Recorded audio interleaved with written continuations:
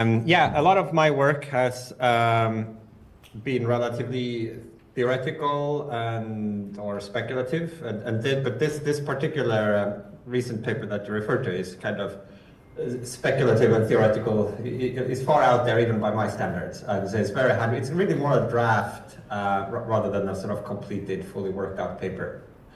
But it fits with this larger context of my work, where I've been trying to think about big picture questions for humanity and how we might orient our efforts to have the best possible positive effect on the world, and what the various considerations and constraints are related to that. And so this stream of work on the moral status of digital minds, I think, is I think it's an important topic for obvious reasons that I'm sure you guys have been talking about. And this particular topic for our conversation, although I'm happy to sort of broaden it out in whichever direction, is an attempt to draw attention to one more dimension of the various challenges we will be facing in this transition to the machine intelligence era. So some other challenges that have started to receive more attention is the alignment problem that a lot of people are talking about today, although it was very much off the radar back 10 years ago when I wrote that book, Superintelligence, but now that has changed.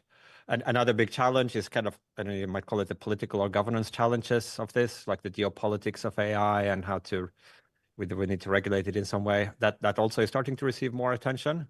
And then I would say the moral status of digital minds is a third big cluster of challenges, which as yet has received much less attention, certainly by the mainstream.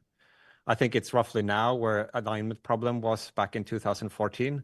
Like a few people are starting to talk about it, but it kind of seems a bit crazy to most people still.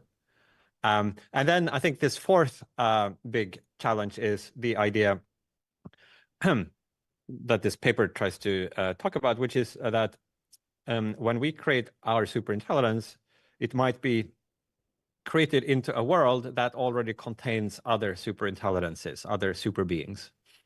And I call the set of such beings, if there exists any, the cosmic host. So it could be one or some set of entities. These could be, there are different ways in which the cosmic host could be non-empty. Advanced civilizations somewhere far out, in an infinite universe that have already built superintelligences. If we are in a simulation, this refers to another earlier piece of work of mine, the simulation argument and stuff. But if our level of reality is simulated, then the simulators would presumably be super beings and would count as members of the cosmic host.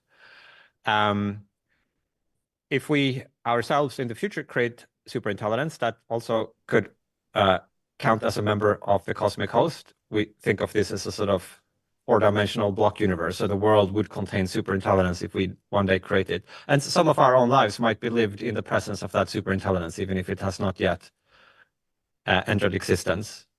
And of course, traditional theological conceptions as well would qualify.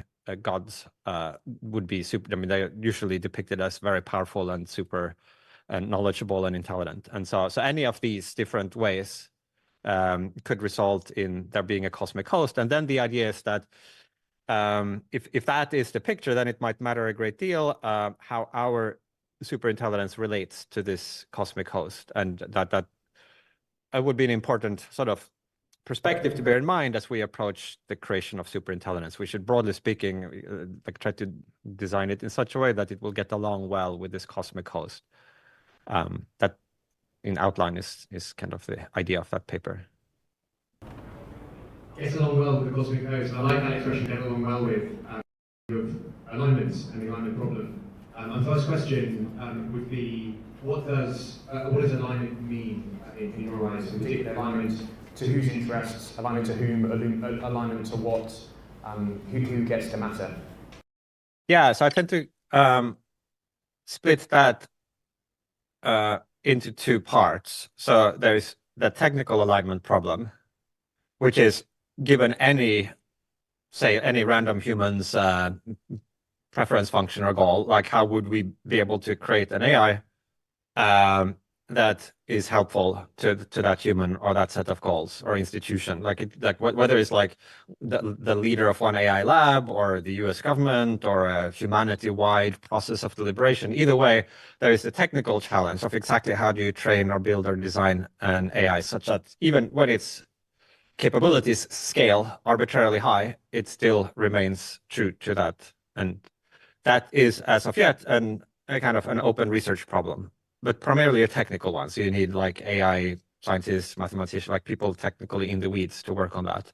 And then there is the second part of the problem, which is then I would group that into like the second of the challenges I mentioned earlier. It's more a political or governance problem. Then if we could solve the first alignment problem, then the question arises like, to what values should we align the AI to?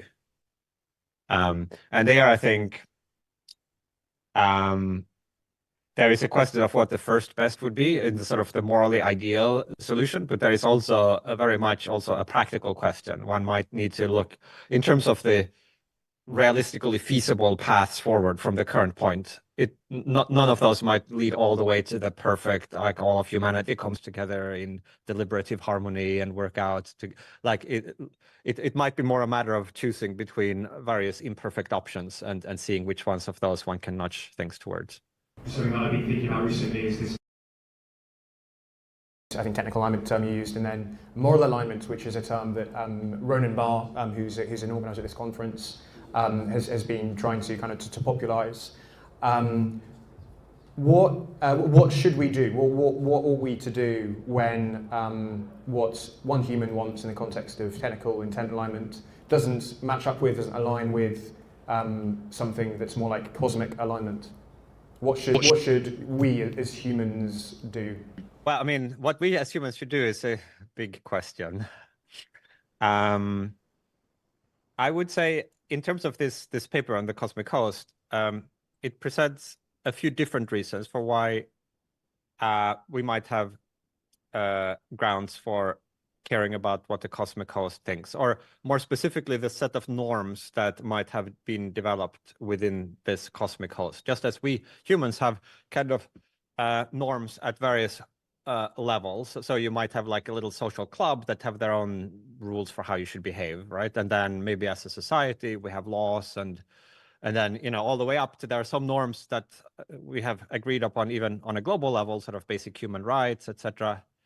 So you can think of a kind of hierarchy of norms where some are more local and some are more global. And I think if there is this cosmic host, there might be one extra layer in that hierarchy, a sort of set of cosmic norms that would be the basically cooperative arrangements settled upon by this entity or set of entities that constitute the cosmic host. And so I think there could be several different reasons for why that would be morally relevant for us. So one is that on a certain picture of ethics, meta-ethics, it might be that what is morally right is partially constituted by what sort of norms have been agreed upon, or maybe some idealized versions of the actually prevailing norms. There are other conceptions of meta-ethics. I'm not particularly going to argue for that one, but I think it's one out of a few different possible views one might have of what sort of constitutes moral truths. So they could be constitutively important for determining what is morally right. Aside from that, there are other conceptions of meta-ethics where even if what the norms are is not itself constitutive of what's morally right, nevertheless, we might have moral reasons to play by the rules as they exist. Just on common sense ethics, it might be morally wrong to violate the laws or the norms of the community. I mean, at least absent some sort of overriding reason to the contrary, right? We like if some group of people have thought hard, this is the society, we've agreed upon these norms, maybe democratically, then there's a prima facie wrong if you just come in and sort of, oh, I have made up my mind, I don't think these norms are the best. I'm just gonna, you know, cheat and steal for the sake of getting more money to my favorite project that I have convinced myself is morally right. There's like there's something sus about that on many different moral views. So that could be another reason. And then I think also prudentially, like if you just imagine this context where there are these like super beings, super powerful, have been around for a long time, know a lot more than we do. Like it probably is wise to pay some heed to what they want and do rather than just. I mean, it's a little bit like imagine if you sort of were like you turn up to a new context. You're like the junior member of some social society or something that you've just been like inducted into. Like normally you wouldn't come in and sort of bang your chest and say, here is how everything is going to be now. I've worked there. Like you would come in maybe with more of an attitude of humility, at least in the beginning. Like you guys have been around here for a long time. You have your own power structures. Let me learn what the rules are and try to make a positive contribution. Maybe you bring a gift, like if you turn up to a party, maybe you bring a bottle of wine or something and try to make yourself a positive addition to whatever is going on there. And then within those rules, maybe there will be scope for each sort of individual or each country or each civilization to do something for themselves and to maybe have some view about how the organization's overall priorities should change over time. But I think that attitude of humility has been kind of missing from the ethos of this community that has grown up around AI governance and AI alignment. It's like comes very much from a sort of hardcore utilitarian perspective in many cases. Whereas this sense of like a humility, it's almost more like a spiritual sensibility. And it's not clear exactly what it implies concretely for what we should do differently in one situation or another, but I do think that mindset might still make a difference in terms of how one approaches these things. A final question from me before we open up to the audience. What is the relevance of sentience, of positively, negatively valence conscious experience, of suffering, of flourishing, of happiness to your morality, and in particular, these questions about superintelligence? Yeah, so I don't have a fully worked out theory of how all of that fits together. I think in terms of digital minds, I think the ability, the capacity to suffer or to have positive, like would be a sufficient ground for something having moral status. I think probably it's not a necessary condition. I could imagine, and this is something a lot of colleagues have different views about, like this.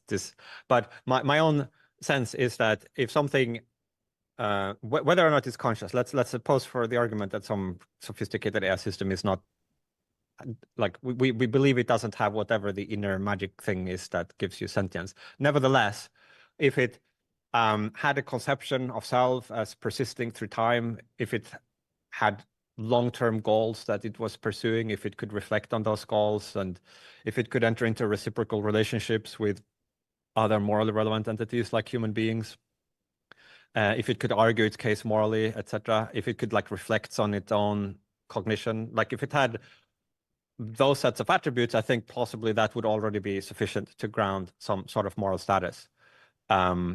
It would at least intuitively feel weird and wrong to sort of abuse an AI system that had all those characteristics of a person and that objected to it and that was trying to get around it and argue around it and that was somebody's friend and it had done things for you because it expected that you would be nice to it in return. Like in that situation, to sort of go in and kick it and abuse it would just feel kind of morally wrong. And plausibly, if one thinks, harking back to this metaethics conception earlier, which I'm not 100% sure is right, but it's like one thing. If moral truths ultimately are constituted in some sort of idealized norms, cooperative norms, then it's possible that the cooperative norms that would be settled upon in equilibrium would grant such entities moral standing because they would be just as capable of arguing and advocating for their interests. And in this kind of framework where different entities try to work out some system that allows them to exist peacefully, one would naturally expect their goals also to achieve some weight. So that would be my inclination. I think from a practical point of view, I would also worry that if the approach to AI moral welfare was strictly predicated on a sentientist assumption that only conscious beings can matter morally, then it would be very easy for people who don't want to grant these entities moral status for, I don't know, commercial reasons. Maybe it's inconvenient if your AIs are have moral status, because then you might need to do various things to protect their welfare. Like, it would be very easy in that scenario, maybe for them just to deny that they are morally relevant on grounds that they lack consciousness. I mean, nobody really has a super clear, agreed upon set of criteria for what makes some system conscious. If you're not intellectually honest, you could just say, no, these are not conscious. They don't have like an organic brain, and clearly that's what's needed.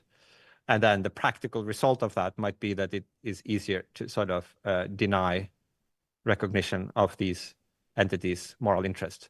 Then it would be harder to deny that they have goals, for example, because that's a more sort of functionally determinable property of these systems, or that they have sophisticated metacognition. So that's not really like an argument on the merit, but that's just a little practical consideration to maybe bear in mind. Thanks. So I don't know if this is true, maybe you can confirm, but I once heard you quoted as saying, if Mother Nature had been a real parent, she'd be in jail for child abuse. I guess with some people's timelines of transformative AI, we could imagine interventions to alleviate the suffering of wild animals becoming much more tractable. I'm wondering, how much is the suffering of wild animals on your radar, and do you have any thoughts on the ethical question of humanity intervening in nature to reduce suffering? Yeah, I mean, I think it seems, yeah, that something needs to be done ultimately to sort of just help all of these creatures who are suffering innocently out in the wild. And the AI transformation seems like the most possible near-term way in which that could happen. I mean, my view on the AI is like it's a big sort of turnover of the whole game board. With the superintelligence, I think will, within relatively short period of time, result in some sort of, more general rush to technological maturity, and that will unleash almost magical capacities that might then be used for all kinds of reasons, good or bad. That does seem like a plausible area of application of this kind of advanced technology. Like one of the things I think I would want to see with humans as well. I mean, there is also a lot of desperate need amongst the human population. Just people dying and being sick and kind of having their brain rotted away by Alzheimer's and all kinds of that is, I think, it's hard to, like, when thinking about what the ideal timeline for AI development would be and the correct trade-off between sort of weighing the risks and the benefits. I think some significant weight has to be given to just the urgency of these pressing needs that we see currently, both with humans dying and with the suffering throughout the human and the animal world. I don't know how much of this you can actually say, given that the paper is in progress, but everything that you said about who the other members or what the other members of the Cosmic Host might be are either things we know relatively little about, like superintelligence that will have presumably its own kind of goals and volitions, for lack of a better word, or aliens, which we don't know anything about, or religious figures, gods, which are hypothetical. So I was wondering if you could shed some light on what your framework might be to think about this disparate class of hypotheticals, given that most of our most foundational kind of moral and ethical views are basically in the human, the sort of experience of the human subject, and like if we kind of if we go away from that into a radically different environment, and let's say superintelligence itself has a distribution or an environment it's working in that's very different, how do our intuitions, even if that we have developed, transfer to that sort of a context? Thank you. Yeah. Well, I should say, I mean, so the paper is in progress only in the sense of it not being finished. It's not actually been progressing very much recently since last year. I've been doing some other things, but yeah, no, I think it's the bottom line there is that we don't know very much about what this hypothetical cosmic host specifically would want, or what norms might exist at the level of the cosmopolis. So at best, we could have only a very vague general sense. And I think it might amount to something like trying to build an AI that is cooperative in a broad sense, not just with some specific narrow set of entities that we have unilaterally decided to be morally relevant, but to as like an encompassing sense of that. A lawful.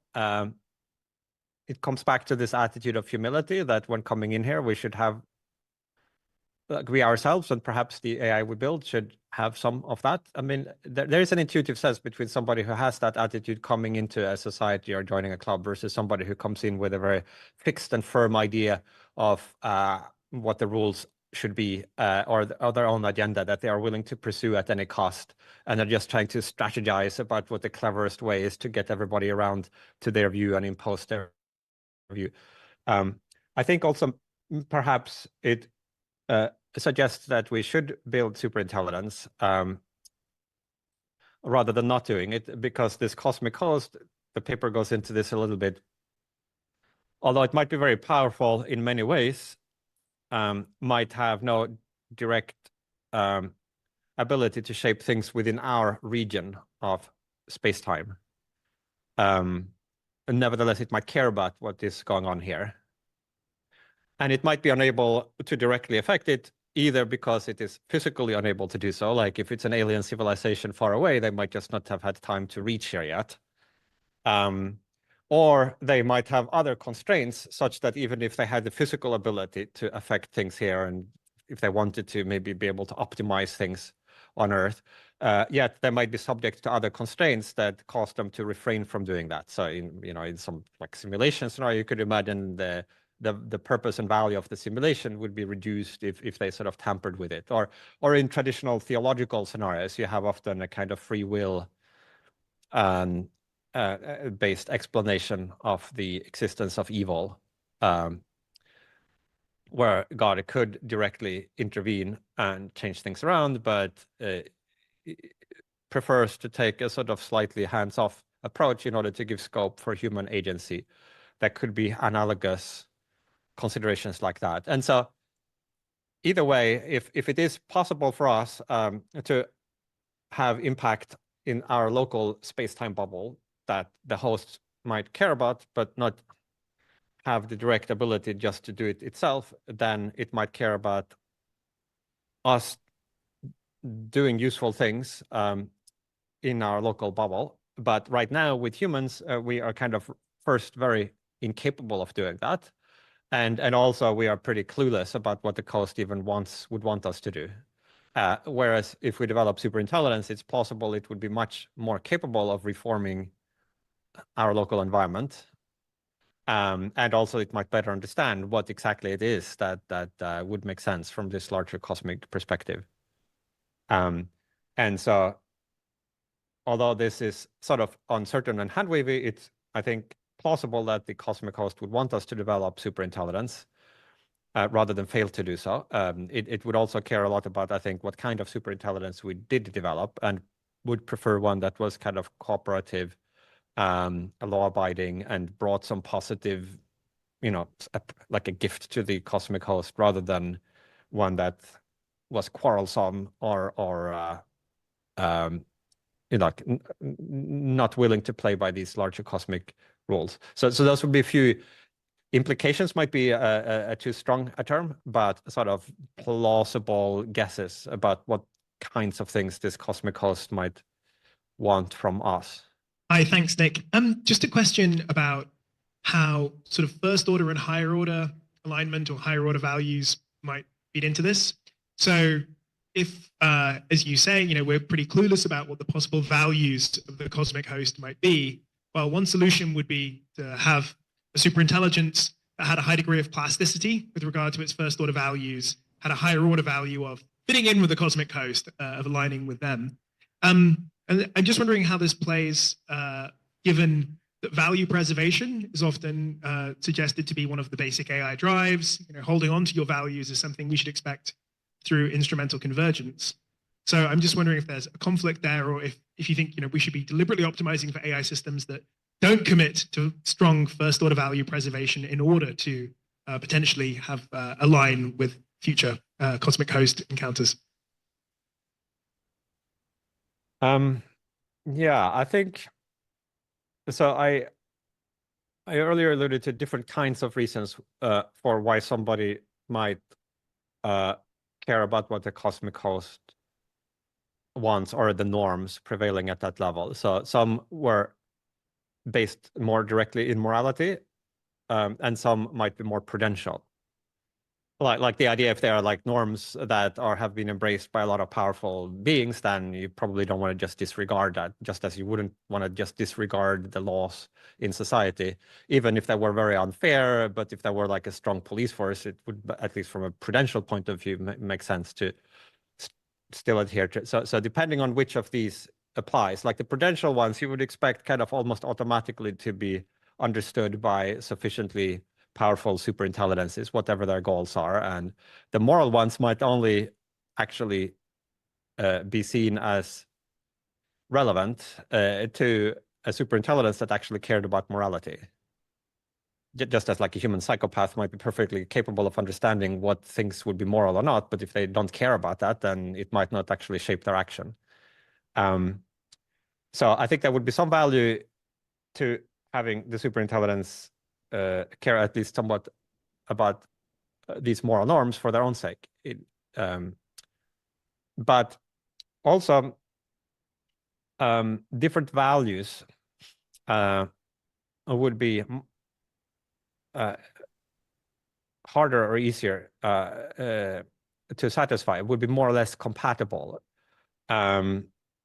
with what the cosmic host might care about. So you could make a distinction broadly between resource satiable values and insatiable values. So like normal, ordinary, bog standard human preferences are fairly resource satiable, meaning most people care a lot about themselves and their family, and they want some nice stuff. But like above a certain level, there are sort of steeply diminishing returns.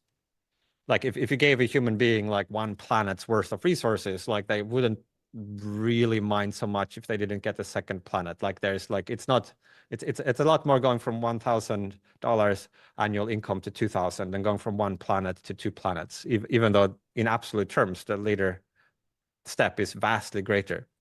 And so if our AI has resource satiable values, then it would be a lot easier for it to maybe get along with others, in that it doesn't really need to take a 51% chance of being able to grab everything rather than being happy to just have half. Like if you were the cosmic host, it would be a lot easier to make our AI happy if all it wanted was to have a little like utopia on Earth and in the solar system, than if it were like some strict utilitarian maximizer that really was willing to fight to the death to have a slightly greater chance of controlling everything.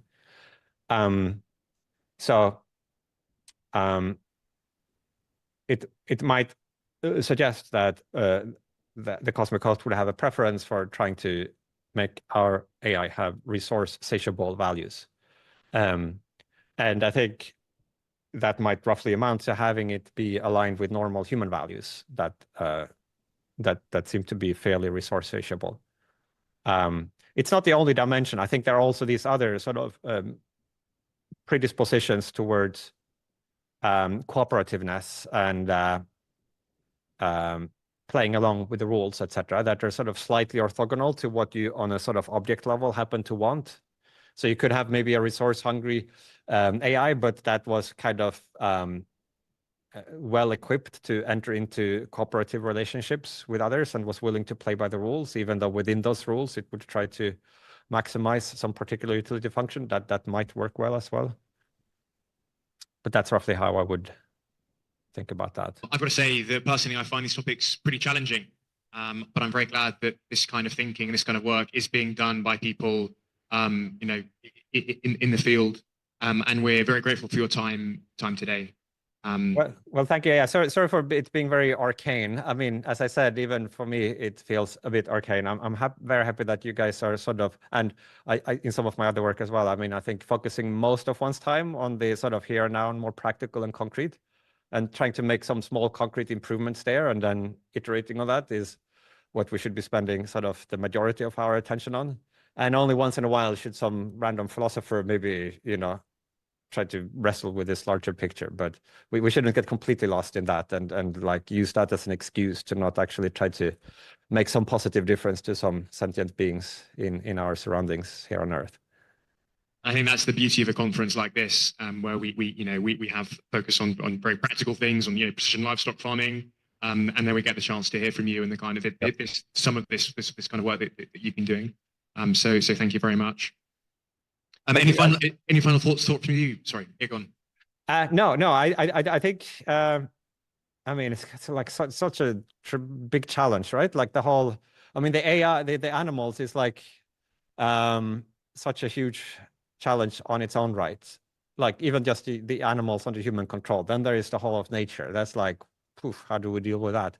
And now there is this digital mind frontier opening up as well. So I think we have our work cut out for us. So yeah, step to it. I say this is the golden era of purpose. So like in some of my recent work, the Deep Utopia, it kind of talks a bit about, in this, if we solve every problem, then what gives meaning to human life? I mean, we could have a great joy and a lot of other beautiful things and art and games. But one thing that these future utopians might have less of than we is real purpose, like the ability to make real positive differences to the world. And so if that's your thing, now is the time to really sort of get your purpose fix in there, right? Whilst the world is still so imperfect. Yeah, Professor Bostrom, thank you very much. Thank you.